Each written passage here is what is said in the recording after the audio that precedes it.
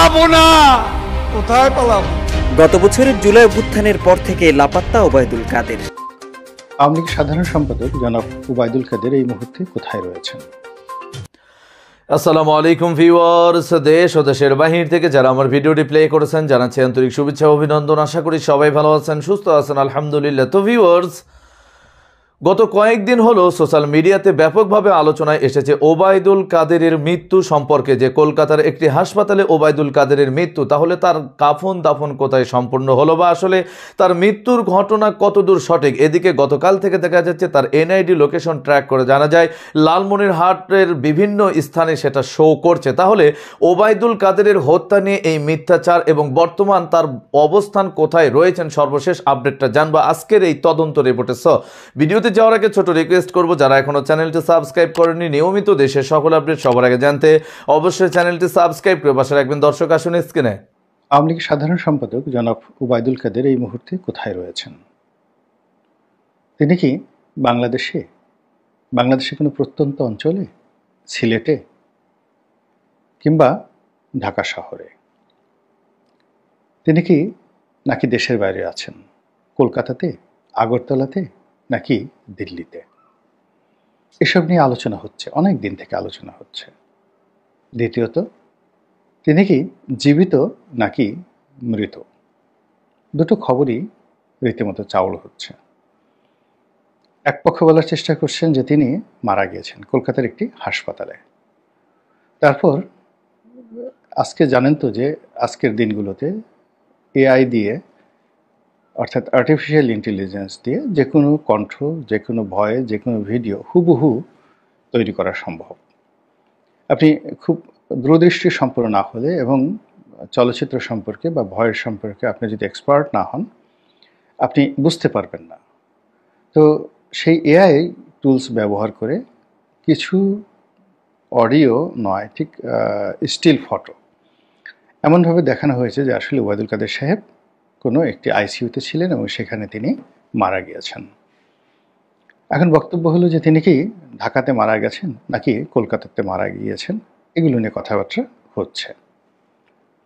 দ্বিতীয় যে প্রোপাগান্ডা হচ্ছে তাকে নিয়ে, সেটা হলো যে তিনি লুকিয়ে আছেন, কলকাতাতে লুকিয়ে আছেন। আওয়ামী লীগ নেতাকর্মীদের ভয়ে তিনি বের হচ্ছেন না। এর কারণ হলো তার প্রতি আওয়ামী লীগের যারা নেতাকর্মী তাদের ভীষণ রাগ, তার কারণেই দলের পতন হয়েছে। এবং তিনি আগ বাড়িয়ে অনেক কথা বলতেন এবং অনেক জিনিস তিনি প্রভোগ করতেন। আমরা পালাবো না, পালিয়ে মির্জা ফখরুলের বাড়িতে থাকতে দেবেন তো? তারপর এই ছাত্র জনতাকে ঠেকানোর জন্যে ছাত্রলীগ যথেষ্ট, ইত্যাদি নানা বিতর্কিত কথাবার্তা। এবং বিভিন্ন সময় প্রতিপক্ষকে উপলক্ষ করে কখনো তুচ্ছ করেছেন, তাচ্ছিল্য করেছেন এবং কখনো তাদেরকে প্রভোগ করেছেন যে তোমরা আন্দোলনের নামও, শেখ হাসিনার পতন ঘটাও, আওয়ামী লীগের পতন ঘটাও। শেষের দিকে তার বয়সের কারণে, শারীরিক অসুস্থতার কারণে এবং নানা রকম সমস্যার কারণে আমার কাছে মনে হলো যে তিনি কিছুটা মানসিক ভারসাম্য হারিয়ে ফেলেছিলেন। এমন আমরা দেখেছি যে তিনি ইউটিউবে এসে সামনে একটা ল্যাপটপ রেখে সোফাতে বসে আপন মনে বিড়বিড় করে তিনি বক্তব্য দিচ্ছেন। অ্যাজিভ মনে হচ্ছে যে তিনি বড় কোনো বিশাল সমাবেশে বক্তব্য দিচ্ছেন, সামনে লক্ষ লক্ষ মানুষ। তো ধরুন আমি আপনাদের সঙ্গে এখন যে ভাষায় কথা বলছি, আর আমি যদি এখানে বসে সে ভাষা ব্যবহার করি, পল্টন ময়দানে আমার সামনে লক্ষ মানুষ দাঁড়িয়ে আছে, আর তাদের সামনে আমি আঙ্গুল উঁচিয়ে যেভাবে রাজনৈতিক বক্তব্য দেই, সেই বক্তব্যগুলো যদি আমি এখানে দেই, সঙ্গত কারণে আপনারা আমার ব্যক্তিত্ব নিয়ে, রুচি নিয়ে এবং মানসিক শারীরিক সুস্থতা নিয়ে প্রশ্ন করতে পারেন। জনাব ওবায়দুল কাদেরের সেরকম একটি অবস্থা তৈরি হয়েছিল সেই 2023 সন থেকেই। 24 সনে এসে এটা সম্ভবত দলীয় প্রধানের নির্দেশে কিছুটা নিয়ন্ত্রিত হয়েছিল, কিন্তু আবার তিনি সবল হয়ে গিয়েছিলেন। তো যেটা বলছিলাম যে তাকে আওয়ামী লীগের লোকজন যে কোনো সময় মারতে পারে, এই ভয়ে তিনি লুকিয়ে আছেন। কেউ কেউ একথাও বলছেন যে ইতিমধ্যে তাকে বেশ কয়েক দফা পিটানো হয়েছে। কেউ বলছেন দিল্লিতে পিটানো হয়েছে, কেউ বলছেন কলকাতাতে পিটানো হয়েছে। এবং বাস্তবতা হলো যে বিশাল একটি গ্রুপ এখন বলার চেষ্টা করছেন জনাব ওবায়দুল কাদের ঢাকাতেই আছেন। ঢাকাতেই আছেন, কত নম্বর বাড়িতে আছেন, মোহাম্মদপুরের, ইত্যাদি ইত্যাদি নানা রকম গুজব সেই সামাজিক মাধ্যমগুলোতে ছড়িয়ে দেওয়া হচ্ছে, যাতে করে মব, আমাদের যে মব হচ্ছে ইদানিং বাংলায়, এই মবটিকে উস্কে দেওয়া যায়। এবং আপনারা জানেন যে অতি সম্প্রতি একটার পর একটা ন্যাক্কারজনক ঘটনা ঘটছে।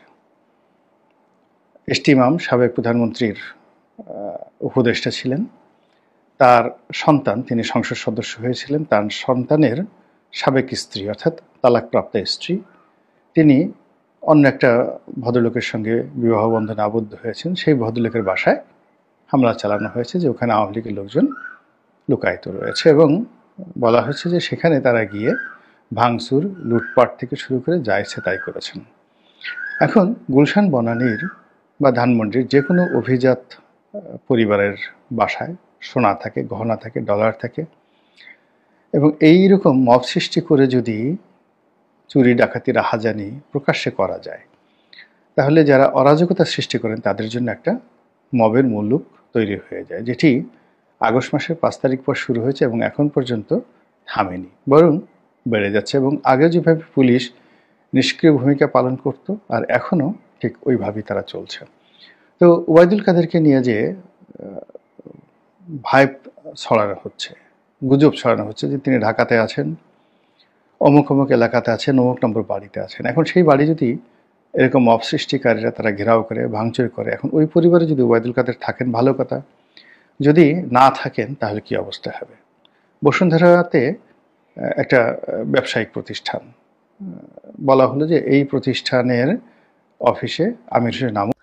দর্শক, স্ক্রিনে আমরা সে সম্পর্কে বিস্তারিত জানলাম। এই বিষয়ে আপনাদের মতামত কমেন্টে জানান, কেউ ভিডিওটি স্কিপ করবেন না। আওয়ামী লীগের এই দোসরেরা এখনও বাংলার অনেক জায়গায় তারা গা ঢাকা দিয়ে রয়েছে এবং সেখান থেকে তাদের কার্যক্রম এবং নেতাকর্মী বিভিন্ন ছাত্রলীগের সঙ্গে যোগাযোগ, এমনকি শেখ হাসিনার সঙ্গেও পর্যন্ত তাদের আতাত চলছে। অন্তর্বর্তীকালীন সরকার তাদেরকে আটক করতে এবং ডেভিল হান্ট অপারেশন কেন ব্যর্থ হলো, বিস্তারিত থাকছে রিপোর্টে। পালাবো না, কোথায় পালাবো? গত বছরের জুলাই অভ্যুত্থানের পর থেকে লাপাত্তা ওবায়দুল কাদের। সম্প্রতি সামাজিক যোগাযোগ মাধ্যমে তিনি মারা গেছেন দাবিতে বেশ কিছু ফটোকার্ড ছড়িয়ে পড়েছে, আর এসব ফটোকার্ড শেয়ার করে নানান মন্তব্য করছেন নেটিজেনরা। তবে আওয়ামী লীগের সাধারণ সম্পাদক ওবায়দুল কাদের সত্যিই কি মারা গেছেন, নাকি সামাজিক যোগাযোগ মাধ্যমে ছড়িয়ে পড়া এসব ফটোকার্ড ভুয়া, তা নিয়ে জনমনে তৈরি হয়েছে সংশয়। কলকাতার একটি হাসপাতালে মারা গেছেন আওয়ামী লীগ সাধারণ সম্পাদক ওবায়দুল কাদের শীর্ষক শিরোনামে চ্যানেল 24 এর নামে প্রচারিত ফটোকার্ডটি পর্যবেক্ষণ করে দেখা যায়, এতে চ্যানেল 24 এর লোগো এবং এটি প্রকাশের তারিখ হিসেবে 28 ফেব্রুয়ারি 2025 এর কথা উল্লেখ করা হয়েছে। রিউমার স্ক্যানার জানায়, সংবাদ মাধ্যমটির ফেসবুক পেজ, ওয়েবসাইট কিংবা ইউটিউব চ্যানেলে সাম্প্রতিক সময়ে প্রচারিত ফটোকার্ডগুলো পর্যবেক্ষণ করে এমন কোনো ফটোকার্ড খুঁজে পাওয়া যায়নি। অর্থাৎ চ্যানেল 24 এর এই ফটোকার্ডটি ডিজিটাল প্রযুক্তির সহায়তায় সম্পাদনা করে তৈরি করা হয়েছে।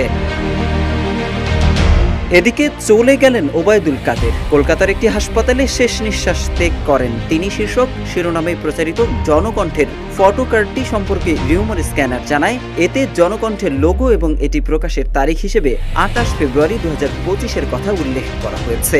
উক্ত তথ্যের সূত্র ধরে জনকণ্ঠের ফেসবুক পেজে কোনো ফটোকার্ড খুঁজে পায়নি রিউমার স্ক্যানার। তাছাড়া গণমাধ্যমটির ওয়েবসাইটেও উক্ত দাবির বিষয়ে কোনো সংবাদ বা তথ্য খুঁজে পাওয়া যায়নি, এটিও সম্পাদনা করে প্রচার করা হয়েছে। দেশ জুড়ে তোলপাড় ওয়ালটন ফ্রিজ কিনে আপনিও হয়ে যেতে পারেন মিলেনিয়ার।